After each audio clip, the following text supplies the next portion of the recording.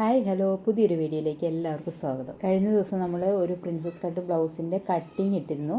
ഇന്ന് stitching video ആണ് നമ്മൾ കാണുന്നത്.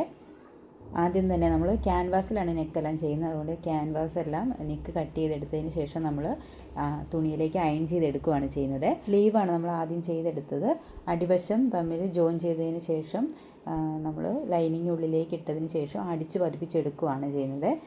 വീഡിയോയിൽ വ്യക്തമായിട്ട് മനസ്സിലാവുമായിരിക്കും നമ്മൾ പറയുന്നതിനേക്കാളുവേ. അതിനുശേഷം ലൈനിങ് നല്ല തുണിയോട് ചേർത്ത് നമ്മളെല്ലാം അറ്റാച്ച് ചെയ്ത് കൊടുത്തതിന് ശേഷമാണ് നമ്മൾ ഇതെല്ലാം ജോയിൻ ചെയ്തെടുക്കുന്നത്. ഈ ബ്ലൗസ് നമ്മൾ ബാക്ക് ഓപ്പൺ ആയിട്ടാണ് ചെയ്യുന്നത്. അപ്പോൾ ഫ്രണ്ട് പോർഷൻ്റെ 3 പീസായിട്ടാണ് കട്ട് ചെയ്ത് വരിക. അപ്പോൾ അതിൻ്റെ 2 വശങ്ങളാണ് ഇപ്പോൾ നമ്മൾ തയ്ച്ചുകൊണ്ടിരിക്കുന്നത്. സെൻറ്റർ ഭാഗം നമ്മൾ അടുത്തതായിട്ട് സ്റ്റിച്ച് ചെയ്യുന്നത്. അതിൻ്റെ എക്സ്ട്രാ വന്ന പോർഷനെല്ലാം നമ്മൾ കട്ട് ചെയ്ത് മാറ്റി ഫിനിഷ് ചെയ്തെടുക്കണേ. നമ്മളല്ലെങ്കിൽ അത് അറ്റാച്ച് ചെയ്യുമ്പോഴത്തേക്കിനും മെഷർമെൻറ്റ്സിൽ വ്യത്യാസം വരും.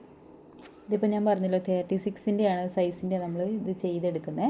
ഇതിപ്പോൾ ഏത് അളവാണെങ്കിലും നമുക്ക് സ്റ്റിച്ച് ചെയ്യുന്നതെല്ലാം ഒരേ രീതി തന്നെയാണ് കേട്ടോ. കട്ട് ചെയ്യുമ്പോൾ നമ്മൾ ഫ്രണ്ടിലെ ടക്കിലും എല്ലാം വ്യത്യാസം, ആ ഒരു മെഷർമെൻറ്റ്സിൽ മാത്രമേ വ്യത്യാസം വരുന്നുള്ളൂ. ബാക്കി സ്റ്റിച്ചിങ് എല്ലാം ഒരേപോലെ തന്നെയാണ് ഏത് സൈസിനെ വരുന്നത് കേട്ടോ.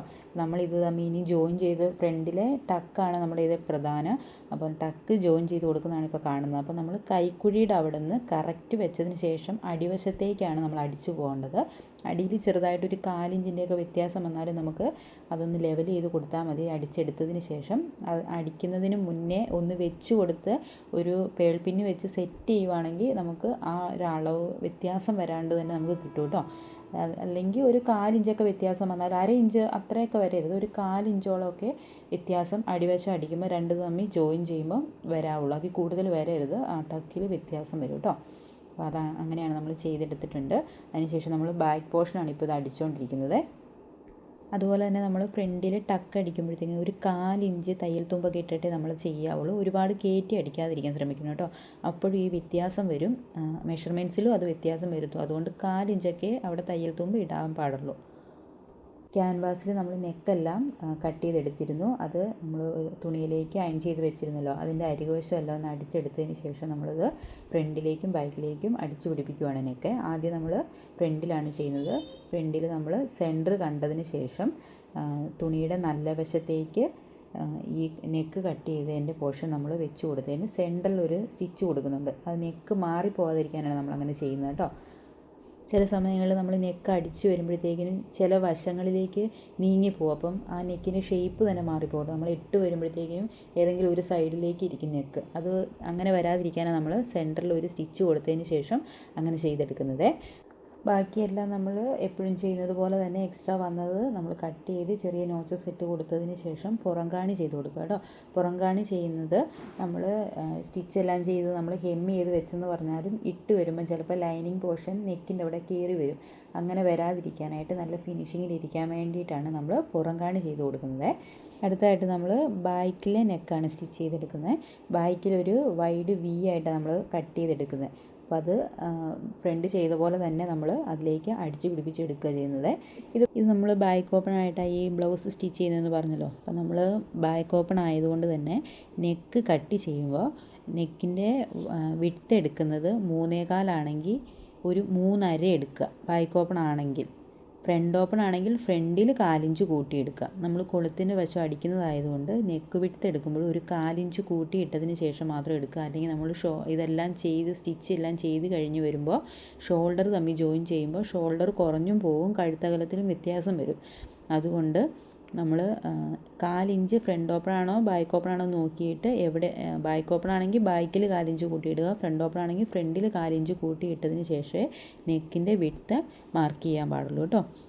നെക്കെല്ലാം സ്റ്റിച്ച് ചെയ്ത ശേഷം നമ്മൾ കൊളുത്തിൻ്റെ പോർഷനാണ് അടിക്കുന്നത്. കൊളുത്ത് ഇടത് വശത്ത് കൊളുത്ത് വരത്തക്ക രീതിയിലാണ് നമ്മളിപ്പോൾ സ്റ്റിച്ച് ചെയ്തേക്കുന്നത്. നല്ല വശത്ത് നിന്ന് അകത്തേക്കാണ് നമ്മൾ കൊളുത്തിൻ്റെ പോർഷൻ അടിക്കുന്നത്. അത് ലൈനിങ് പീസാണ് അവിടെ കൊടുക്കുന്നത് കേട്ടോ. ബാക്കിൽ നമ്മൾ 2 പീസിലും ടക്കിട്ട് കൊടുക്കുന്നുണ്ട്.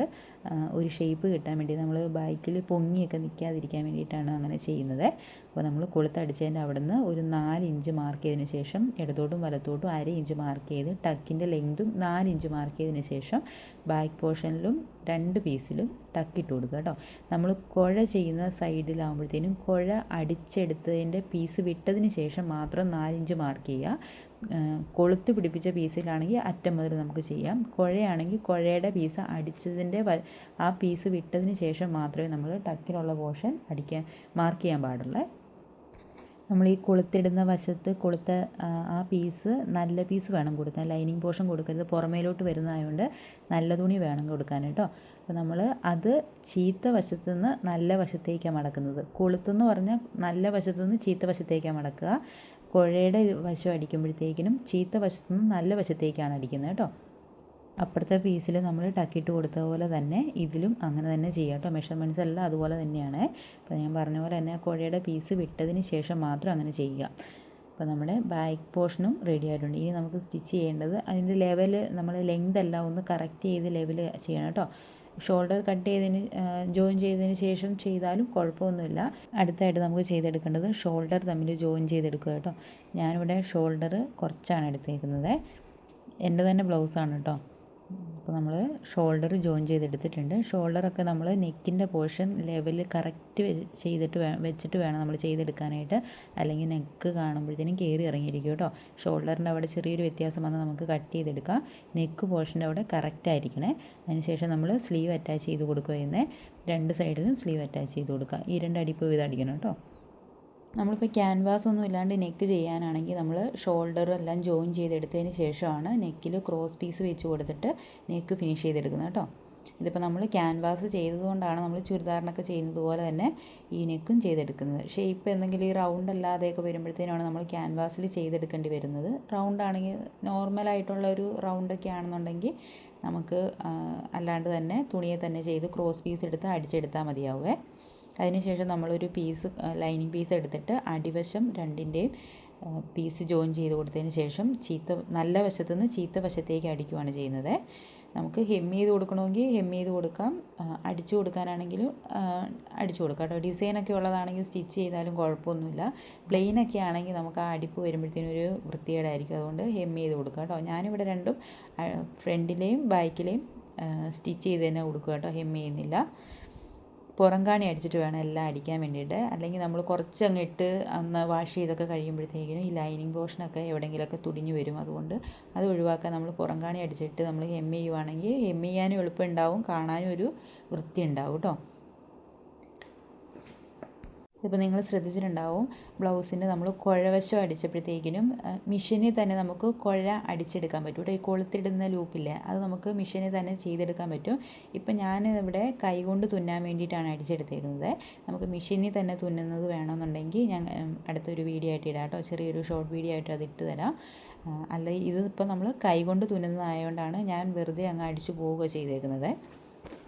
നമുക്ക് വണ്ണവും കൂടി മാർക്ക് ചെയ്ത് കഴിഞ്ഞാൽ നമ്മുടെ ബ്ലൗസ് കംപ്ലീറ്റ് ആയിട്ടുണ്ട്. അപ്പോൾ അതിനായിട്ട് നമ്മൾ ഫ്രണ്ട് പോർഷന് സെൻറ്റർ കണ്ടതിന് ശേഷം നമ്മൾ സെൻറ്ററിൽ നിന്ന് കൊളുത്തിൻ്റെ വശം ഒപ്പം വെച്ചതിന് ശേഷം നമ്മൾ സൈഡിൽ ഒരു ലൈനിട്ട് ഇനി നമുക്ക് വണ്ണം കൂടി മാർക്ക് ചെയ്ത് അടിച്ച് കഴിഞ്ഞാൽ നമ്മുടെ ബ്ലൗസ് കംപ്ലീറ്റ് ആയിട്ടുണ്ട്. അതിനായിട്ട് നമ്മൾ ഫ്രണ്ടിൽ സെൻറ്റർ കണ്ടുപിടിച്ചതിന് ശേഷം നമ്മൾ കൊളുത്തിൻ്റെ വശവും കുഴയുടെ വശവും ചേർത്ത് വെച്ചതിന് ശേഷം നമ്മൾ നേരത്തെ ടക്കിട്ട പോലെ തന്നെ കുഴയുടെ വശം വണ്ണത്തിലേക്ക് ചേർത്ത് വെക്കരുത്. കുഴയുടെ സൈഡ് വിട്ടിട്ട് വേണം നമ്മൾ വണ്ണം അടിക്കാനാണെങ്കിലും. എന്നിട്ട് സൈഡിൽ കൂടി ഒരു അടിപ്പിട്ടതിന് ശേഷം വണ്ണം എല്ലാം മാർക്ക് ചെയ്ത് നമ്മൾ കറക്റ്റ് 4 ഇട്ടാൽ മതി കേട്ടോ. എത്രയാണോ വണ്ണം അതിൻ്റെ 4 കണ്ടതിന് ശേഷം മാർക്ക് ചെയ്താൽ മതി. നമ്മൾ നോർമൽ ബ്ലൗസ് സ്റ്റിച്ച് ചെയ്യുമ്പോൾ ലൂസ് കൂട്ടിയിടാറുണ്ട്. ഈ ബ്ലൗസിന് അതിൻ്റെ ആവശ്യമില്ല, കറക്റ്റ് വണ്ണം ഇട്ടാൽ മതി. അതിൻ്റെ 4 കണ്ടിട്ട് മാർക്ക് ചെയ്ത് നമ്മൾ സ്റ്റിച്ച് ചെയ്തെടുത്താൽ മതി.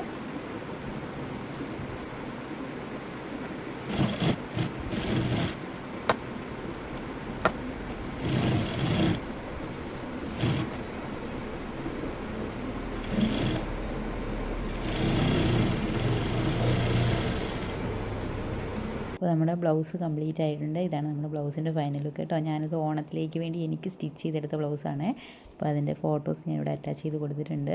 എങ്ങനെയുണ്ടെന്ന് എല്ലാവരും നോക്കിയിട്ട് അഭിപ്രായം പറയണേ. Thank you for watching.